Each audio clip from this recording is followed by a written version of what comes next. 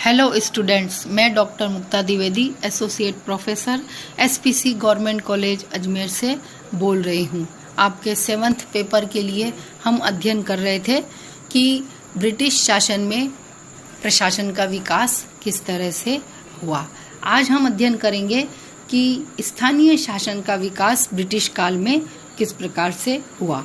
तो वर्तमान समय में स्थानीय शासन संस्थाएं जो हमें देखने को मिलती हैं नगरों में, वो मूल रूप से ब्रिटिश शासनकाल की देन मानी जाती है।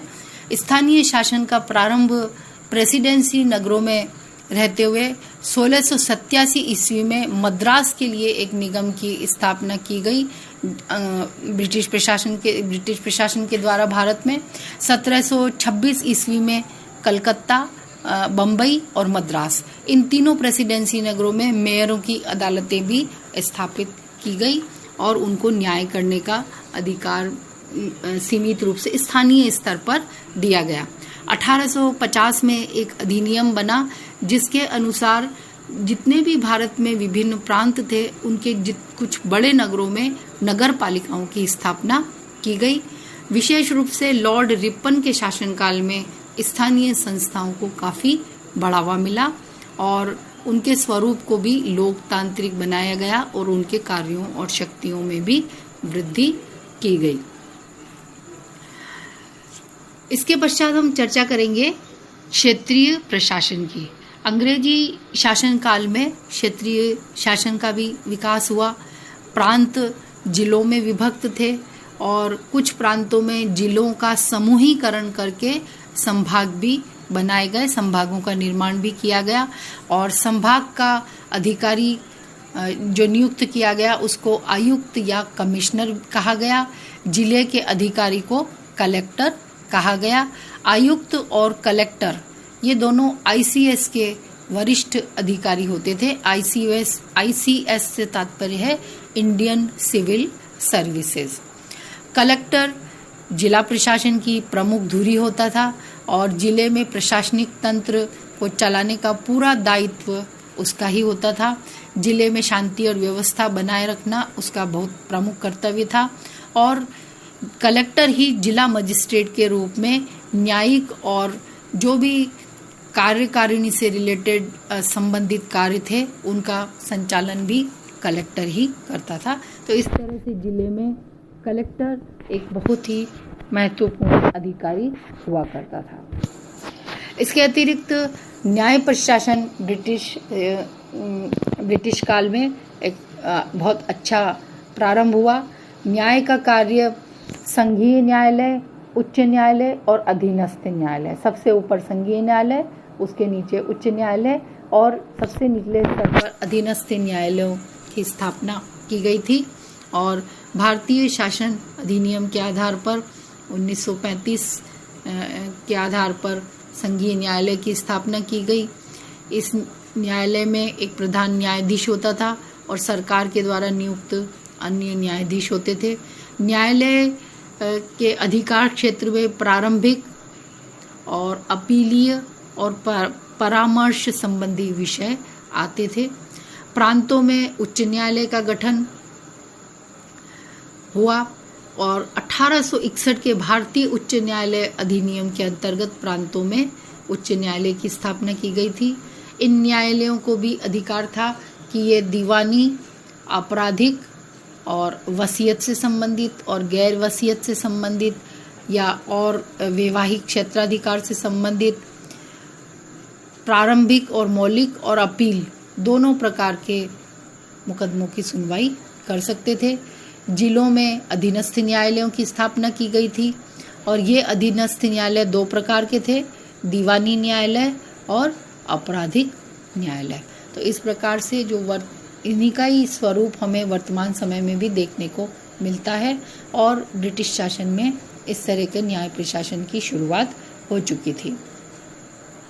अब हम चर्चा करेंगे लोक सेवाओं के विकास की। ईस्ट इंडिया कंपनी ने जब भारत में अपना शासन स्थापित किया तब ईस्ट इंडिया कंपनी से भी भारत में प्रशासक नियुक्त किए जाते थे और वो प्रशासक भारत में आकर प्रशासन संभालते थे। लेकिन ये जो लोग ईस्ट इंडिया कंपनी की तरफ से नियुक्त किए गए, इनके समय में न तो कोई कैडर प्रणाली थी और न ही कोई आचार संहिता थी।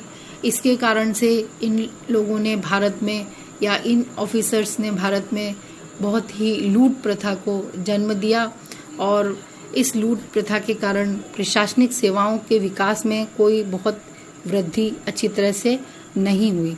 लेकिन बाद में लोक सेवाओं का धीरे धीरे क्रमशः विकास हुआ और लॉर्ड वेलेस्ली के काल में लोक प्रशासकों का चयन बड़ी सावधानी से किया जाने लगा और ये भी व्यवस्था की गई कि जो लोक प्रशासक का चयन होता है उनको प्रशिक्षण भी दिया जाए। और लॉर्ड वेलेस्ली ने सावधानी से इन लोक प्रशासकों का चयन करके इन्हें फोर्ट विलियम कॉलेज में प्रशिक्षण के लिए भेजा और कई महत्वपूर्ण और प्रतिष्ठित लोक सेवकों को इसमें प्रशिक्षण मिला और उन्होंने काफ़ी अच्छे कार्य भी किए, जिनमें मुनरो, मैल्कम, एल्फिंस्टन इत्यादि ICS ऑफिसर्स प्रशासकों का नाम लिया जा सकता है। भारतीय प्रशासन में मुनरो और एल्फिंस्टन जैसे प्रशासकों ने भारतीय प्रशासन में सुधार के भी कई सुझाव दिए। मुनरो ने मद्रास सरकार को सुझाव दिया कि कलेक्टर के पद के साथ ही मजिस्ट्रेट की सत्ता भी इसमें अंतर्निहित कर दी जाए। ग्रामीण पुलिस का प्रबंध गांव के मुखिया के हाथों में सौंपा जाए। बंबई सरकार में एल्फिंस्टन ने प्रशासनिक सुधार की दृष्टि से 3 महत्वपूर्ण कार्य किए। एक तो कानून की संहिताएं बनाने का कार्य किया, दूसरा भारतीयों को प्रशासन कार्यों में अधिक से अधिक जोड़ने का कार्य किया और तीसरा शिक्षा के प्रसार का कार्य, ताकि लोक प्रशासन के दायित्वों को अधिक से अधिक ग्रहण किया जा सके। और इसके बाद में लॉर्ड विलियम बेंटिंक का नाम आता है। उन्होंने योग्यतम भारतीय अधिकारियों को न्यायिक कार्यों में संपादन में हिस्सेदारी प्रदान की और उनके लिए उच्च वेतनमान वाला पद डिप्टी कलेक्टर पद सृजित किया।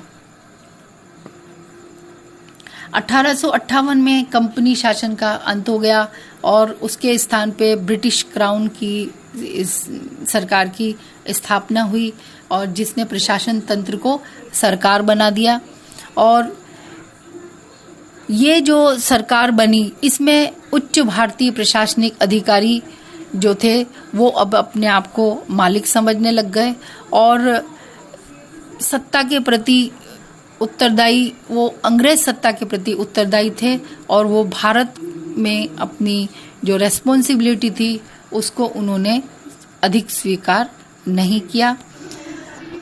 इस मनोवृत्ति का परिणाम ये निकला कि भारत में ये मांग सामने आने लगी कि उच्च सेवाओं का भारतीयकरण किया जाए और भारतीयों को इसमें अधिक स्थान प्रदान किया जाए।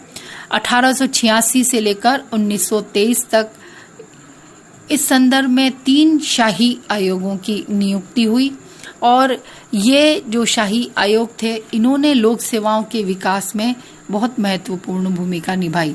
ये 3 शाही आयोग थे।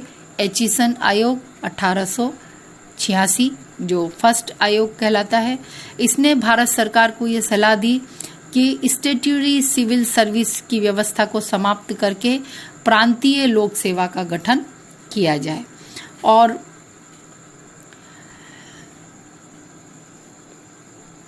कन्वेंटेड लोक सेवाओं में भर्ती के लिए इंग्लैंड और भारतवर्ष में 7 प्रतियोगी परीक्षाएं आयोजित करने के प्रस्ताव को इस आयोग ने अस्वीकार किया और इंपीरियल और प्रोविंशियल नामक लोक सेवाओं के 2 नए कैडरों का गठन का प्रस्ताव किया, जो बाद में 2 नई लोक सेवाएं भी स्थापित हुई।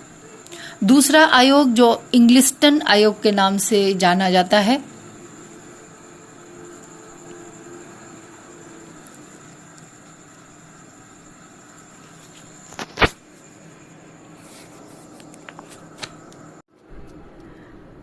1886 से 1923 तक 3 शाही आयोगों की नियुक्ति की गई और ये भारतीय लोक सेवाओं के विकास के इतिहास में 3 महत्वपूर्ण चरण कहे जा सकते हैं। ये आयोग थे एचिसन आयोग 1886, दूसरा आयोग था इंग्लिस्टन आयोग जो 1917 में गठित हुआ और तीसरा आयोग था ली आयोग जो 1923 में गठित किया गया।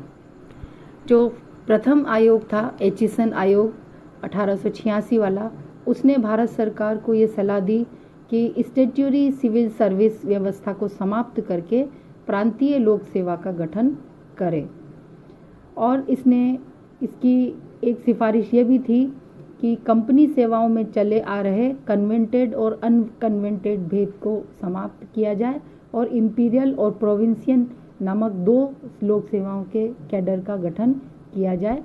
तो इस सिफारिश को स्वीकार कर लिया गया और इंपीरियल और प्रोविंशियल नामक 2 लोक सेवाओं के 2 नए कैडरों का गठन किया गया।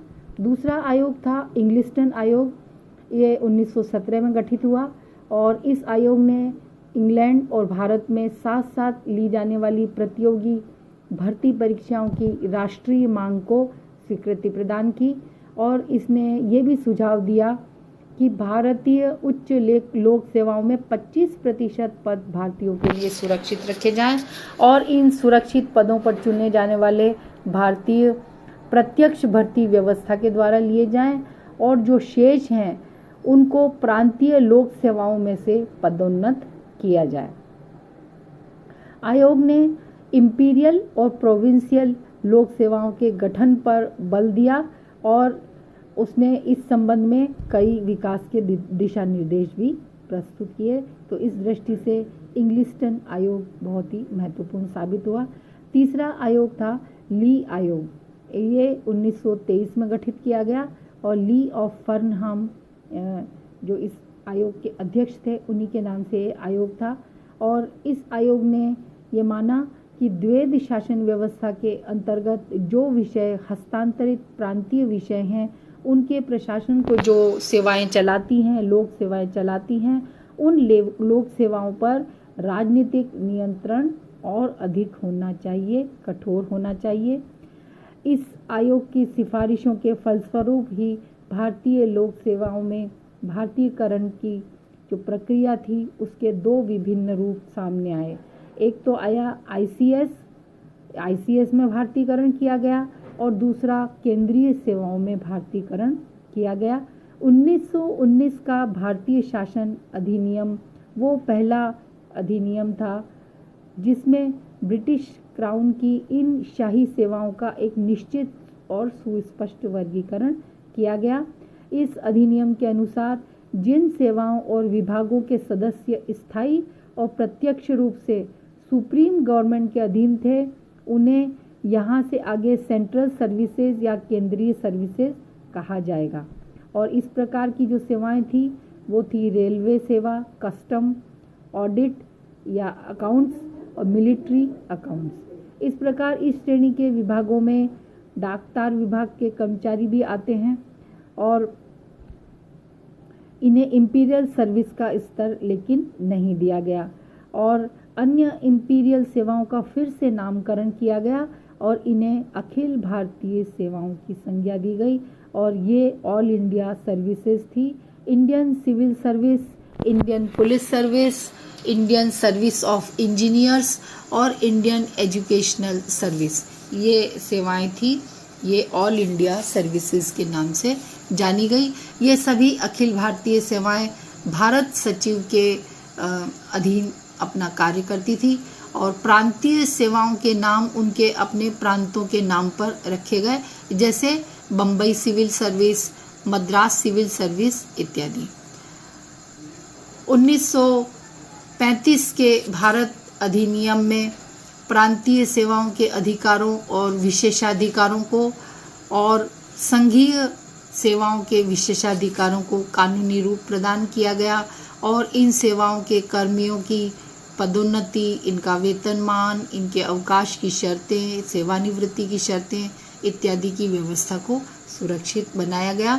1935 के अधिनियम में संघीय और प्रांतीय लोक सेवा आयोगों का गठन किया गया और जिनका कार्य लोक सेवाओं के विभिन्न क्षेत्रों में कार्मिक अभिकरणों के रूप में कार्य करते रहना था।